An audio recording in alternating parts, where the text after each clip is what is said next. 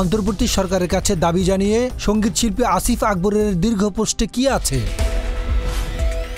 জনপ্রিয় সঙ্গীত শিল্পী আসিফ আকবর সম্প্রতি এক দীর্ঘ পোস্ট দিয়েছেন ফেসবুকে, যেখানে তিনি অন্তর্বর্তী সরকারের কাছে কুমিল্লা জেলা নিয়ে বিভিন্ন সংস্কারের দাবি জানিয়েছেন। পোস্টে আসিফ কুমিল্লার 2 উপদেষ্টা ড আসিফ নজরুল ও আসিফ মাহমুদকে অভিনন্দন জানিয়ে 5টি দাবি উল্লেখ করেন। পোস্টে তিনি লেখেন, প্রথমেই এই মৌসুমে বিপিএল ক্রিকেটে কুমিল্লা নেই কেন? এই প্রশ্নের উত্তর আসিফ মাহমুদ আপনি সহজ ব্যাখ্যাটা দিবেন, তাই আপনার কাছে আশা করি। দ্বিতীয় দাবি করে আসিফ বলেন, কুমিল্লা জেলা ক্রীড়া সংস্থার অ্যাডহক কমিটি এখনও কেন দেয়া হয়নি? কেন এখনও অনিশ্চয়তা?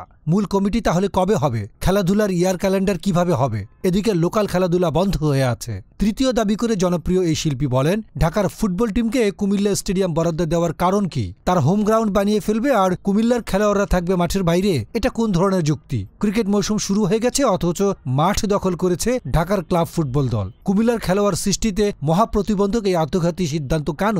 চতুর্থ দাবিতে আসিফ বলেন, পতিত স্বৈরাচার হাসিনা কুমিল্লা বিভাগ নিয়ে কোলোরেক্টাল অ্যালার্জিতে ভুগে শেষমেশ দেশ ছেড়ে পালিয়ে যেতে বাধ্য হন। আপনারা এবার কাইন্ডলি কুমিল্লাবাসীকে জানান, কুমিল্লা বিভাগ বাস্তবায়নে বাধা কোথায়, অগ্রগতি কতদূর? সর্বশেষ দাবি উল্লেখ করে আসিফ বলেন, কুমিল্লা, ফেনী, চাঁদপুর, নোয়াখালী, লক্ষ্মীপুর, ব্রাহ্মণবাড়িয়া এই 6 জেলায় প্রবাসীর আধিক্য বেশি। কুমিল্লা এয়ারপোর্ট পুনরায় চালু করার দাবি বহু আগে থেকেই সরব। আপনাদের পদক্ষেপ কি জানতে চাই। আসিফ বলেন, আমাদের স্বাধীনতার পরে কুমিল্লা জেলাবাসী বিরাট বিরাট নেতা মন্ত্রী পেয়ে শুধু তৃপ্তির ঢেকুর তুলেছেন। মেডিকেল কলেজ আর কুমিল্লা বিশ্ববিদ্যালয় ছাড়া কাজের কাজ কিছুই হয়নি। অন্তর্বর্তী সরকারের কাছে কুমিল্লাবাসীর পক্ষ থেকে করা এই জরুরি প্রশ্নগুলোর উত্তর বিনয়ের সাথে আশা করেন সঙ্গীত শিল্পী আসিফ আকবর।